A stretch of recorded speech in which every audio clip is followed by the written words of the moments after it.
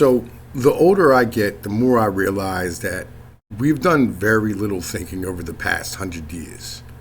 The men who we revere for their knowledge have spent more time justifying what is rather than looking at what can be or even what should be. We've been working off premises that are not only flawed but have been pushed by a blindingly ethnocentric idea that the world begins and ends with British history. If I asked you how long the state has been a concept, you would tell me that there were city-states throughout antiquity. But the truth is, the word state did not apply in any governmental sense till Machiavelli used it in 1520. We apply our view of the world backwards and have no concept of what truly was before the modern technological abilities of communication and governance that exist today. We look at history, and especially economic history, in such a way that we see what we have built as the only thing that could have been. We apply concepts of Locke and Smith as if they are laws as applicable as gravity. We say all men are greedy, and that our lust for material wealth is insatiable.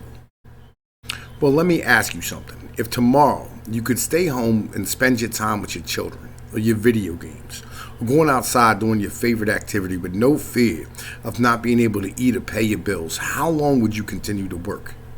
If I made you wealthy tomorrow, gave you, say, $50 million, how badly would that wreck the relationship with you and your employer? What if tomorrow you owned your home with no taxes? You had health care and electricity, kept all your current goods, TVs, air conditioners, heaters, pots and pans, etc. How long would you continue to work at the pace that you do right now? What if we eliminated debts on your basic needs, child support, property taxes, healthcare? What if we said growing food is an essential right? What if you could buy a home, then check out of the system? What if you had a choice? Not communism or socialism, just you could inherit your parents' home and live. What if there was no longer a need to continue to work just to live? This idea in its modern form that we think of today dates back to feudal societies in Europe that we currently have, and was intensified and put into laws by the Puritans who settled the Northeast in 1620. They made it illegal to not work or have a wife and family. The idea that as a man you should contribute to society is an old concept and completely inaccurate. But the forcing men into slavery to do so to make you a permanent serf is not so old. The original taxes in the United States were tariffs and property taxes. Now the system has flaws, namely property taxes go to local governments and are subjective for the value of your land, and speculative is best. A good instance of long-term planning on the part of the homeowner is nearly impossible. I'll give you a good example. My grandfather bought a house and a piece of land surrounded by farms back in 1970. By the 90s, there was a drive-in. The drive-in had closed, and they ended up opening up a strip mall across the street.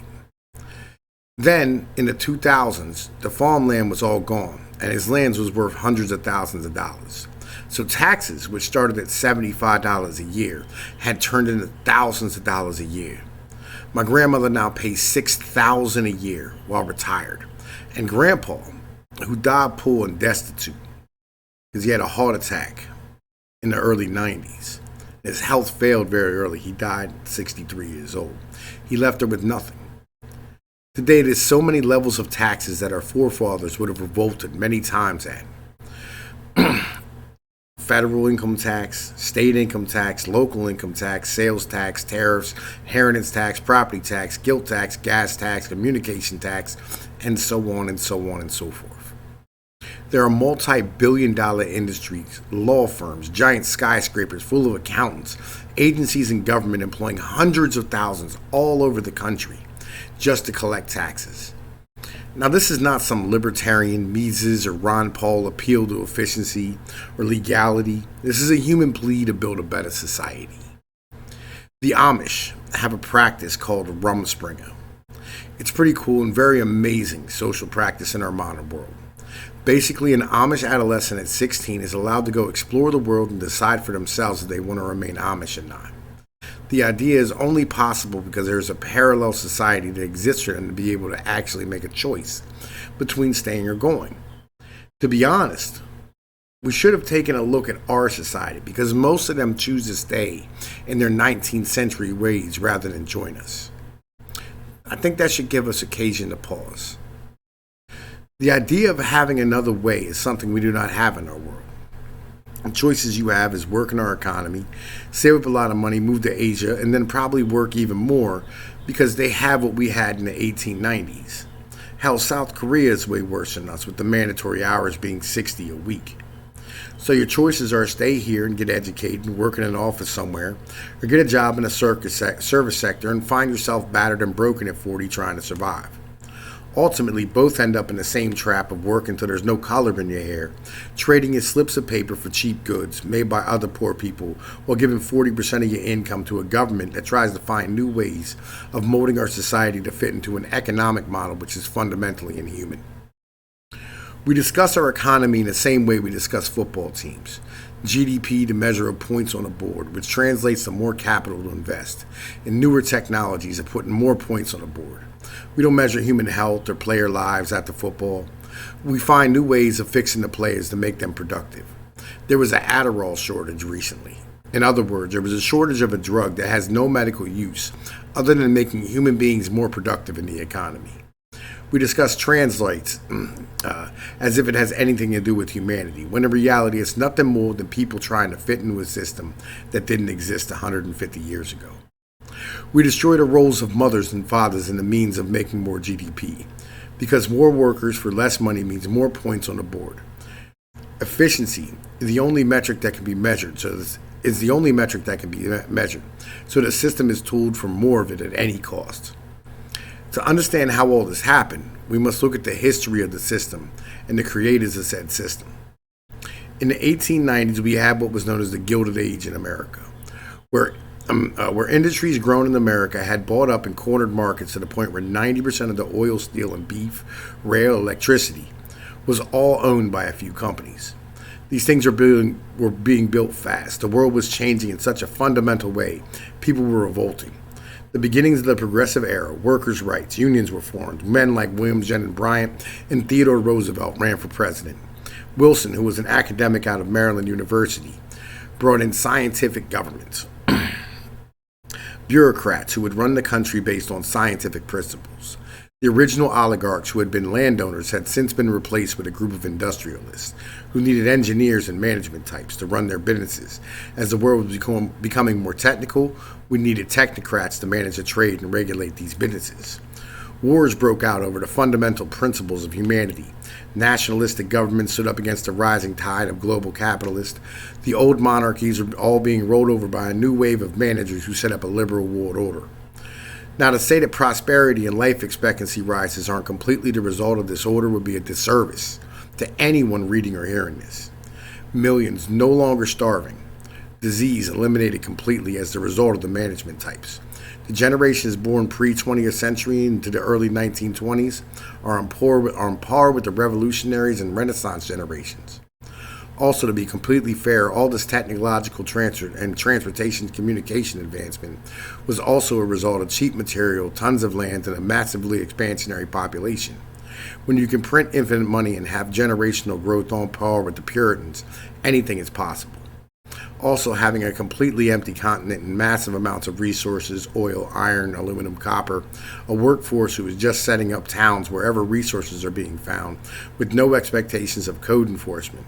While the only economy in the world is still standing, you are the only economy in the world still standing after you bombed everyone else in the world back to the Bronze Age.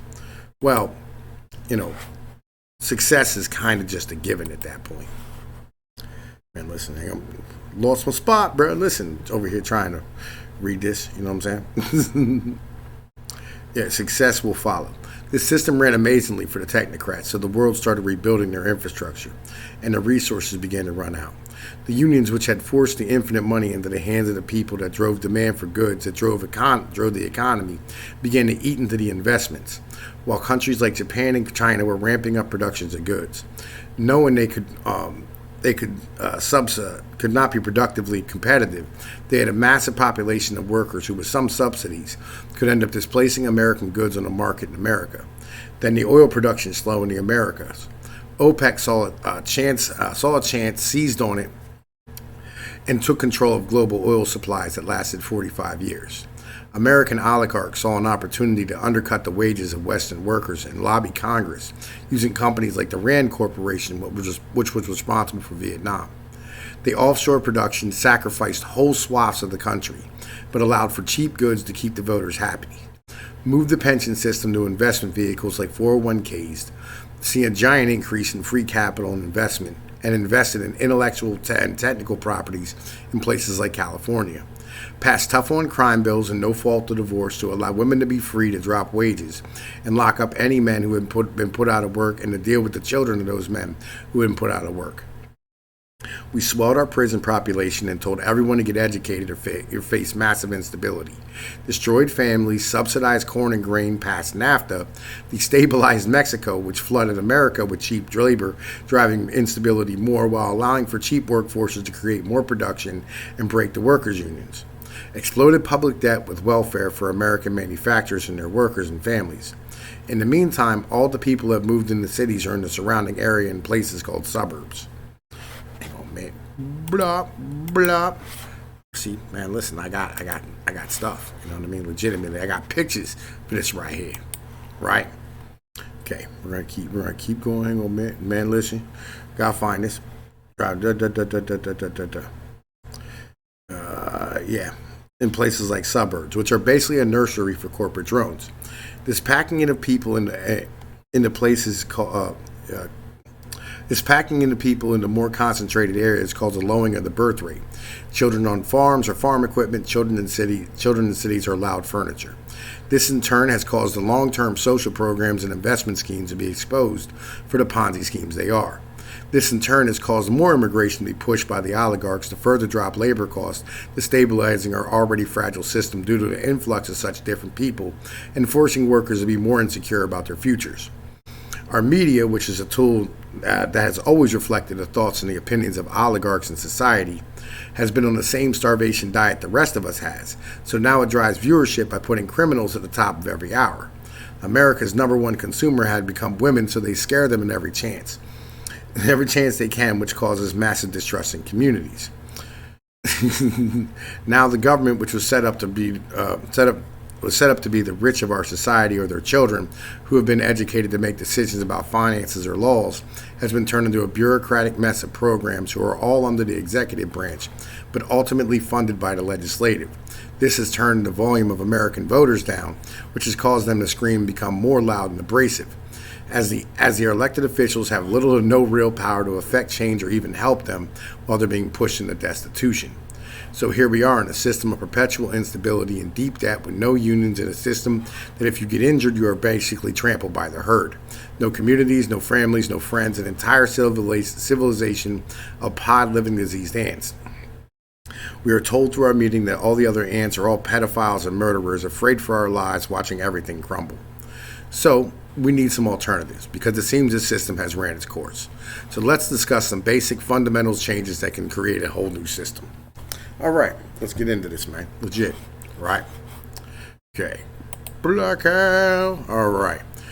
End property taxes for homeowners. Now, there are two fundamental flaws in the principles of property taxes. Right. Oh, hang on a second, man. Listen, I'm doing things. They create perverse incentive structures for local and state governments to pass laws restricting use, restricted use, building, even starting a business on your property. So let's say you're a local government board member, and you want to increase revenue but have a set amount of land on your purview. So once it's full, the only way to increase revenue is to increase the value of homes and try to force people out of homes that are less valuable. So you don't want poor people in your area, and you want to take the homes from poor people so you can constantly have new sales at higher rates to increase revenue. Also, you will try to stop people from growing food, fixing cars, or even doing renovations by putting exorbitant fees on these activities or outright banning it. Secondly, and probably most important, it forces people to continue to work for pay for these taxes or force losing their home, basically making the owner of a home into a tenant. This is part of the reasons why Americans are so fundamentally unhealthy. We cannot stop to fix ourselves. Imagine if you caught a disease like, say, diabetes or high blood pressure. If instead of taking pills, you could take time off to exercise and reorganize your life. Or if you get old, you can stop working and need to stop working, you could, even if that meant in your 50s.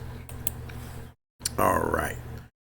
Make it a right to grow food. It seems like this seems like it should be a right like we already have, but we don't. Maine and Florida are the only two states in the union with the right to grow food. We are unbelievably unhealthy in this country. Obesity and general sickness are massive problems. When COVID hit, the number one predictor of bad outcomes was obesity, and our government fundamentally failed to address a massive problem at that moment. We should have banned Pepsi and Coke as corporate entities. Our food we eat on average travels 3,000 miles to get to our plates.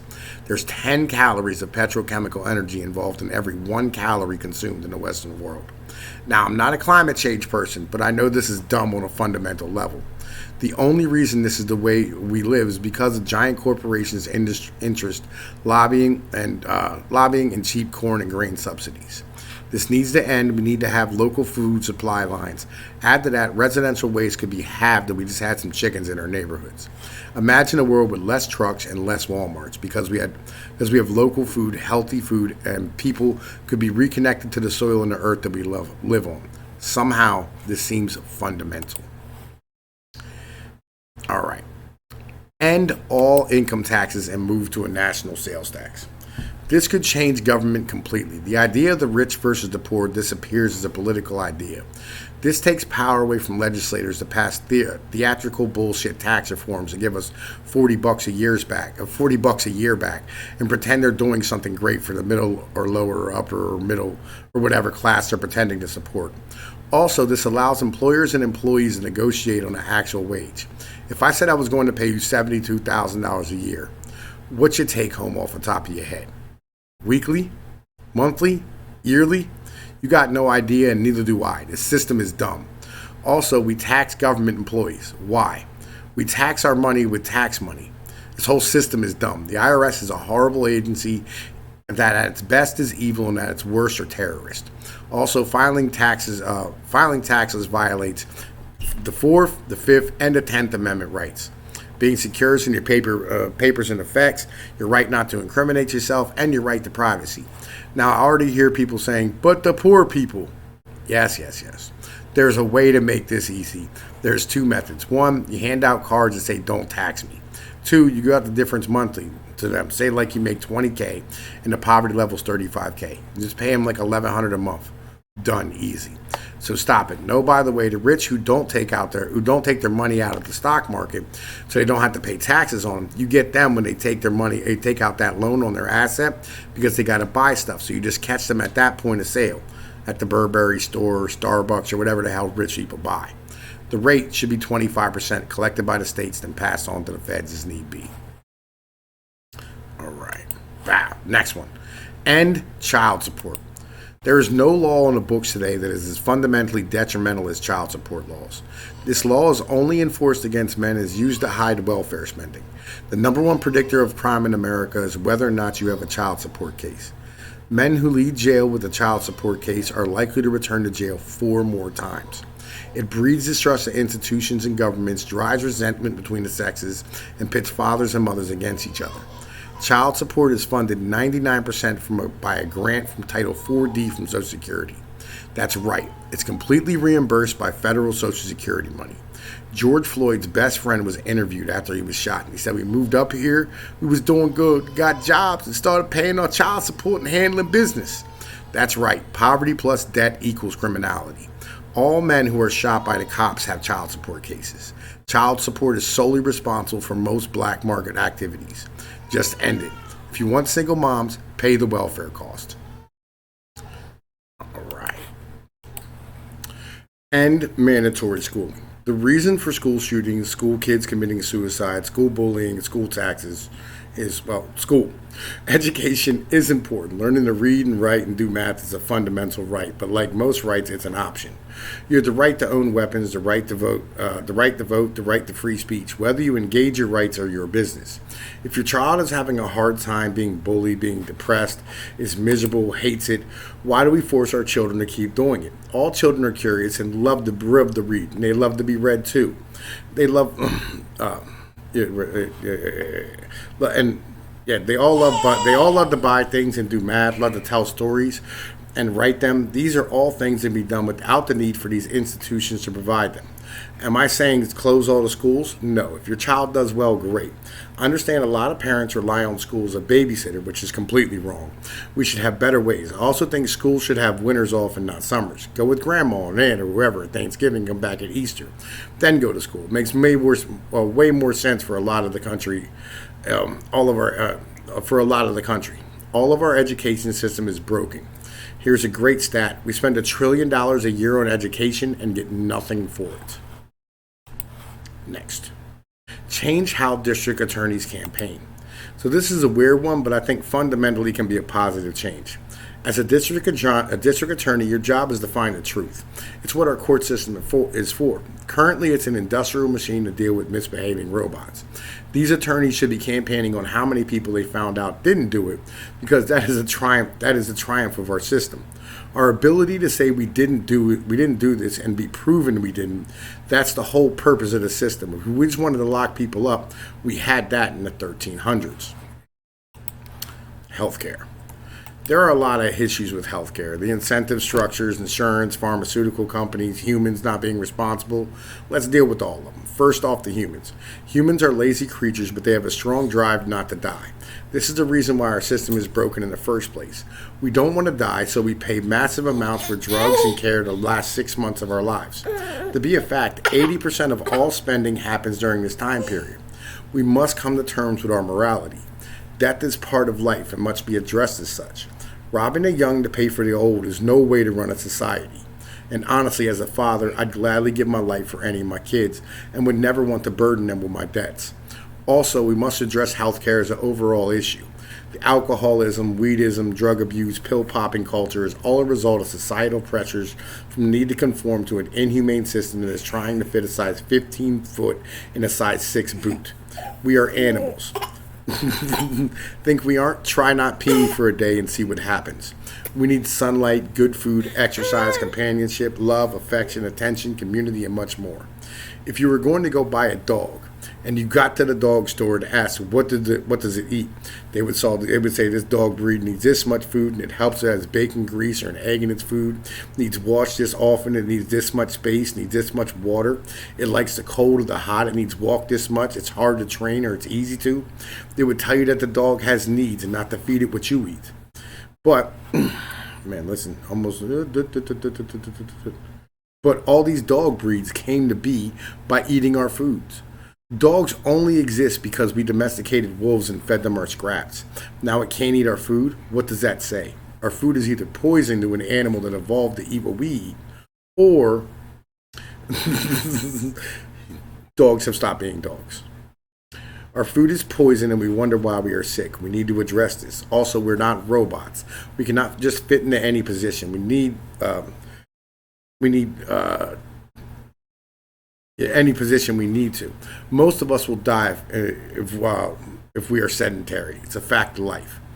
Now, insurance is a weird industry. Their main purpose is to collect fees, invest said fees, and pay out as little as possible to solve problems that arise with that insured thing. Humans, 100% of the times, will die. It's a safe bet. Probably the best bet you'll ever make. No human stays healthy forever. We get sick, we're frail, we get injured, things break down. We're only supposed to live about 40 years or so. Now we live till 70. This is an issue. Now the entirety of insurance stops working without a doubling of rates here soon, because less people are paying in and more people are getting sick and dying. Math says insurance becomes a losing business model soon because, well, baby boomers. So what do? Well, let them fail. Buy the medical field. Our system stops buy the medical field. Man, listen, where did it go? How does this work, bro? Legitimately, right? Our system starts working here soon, so so choices are healthcare becomes something for the rich, and you offer some basic care to the people, and stop worrying about being the world leader in medicine.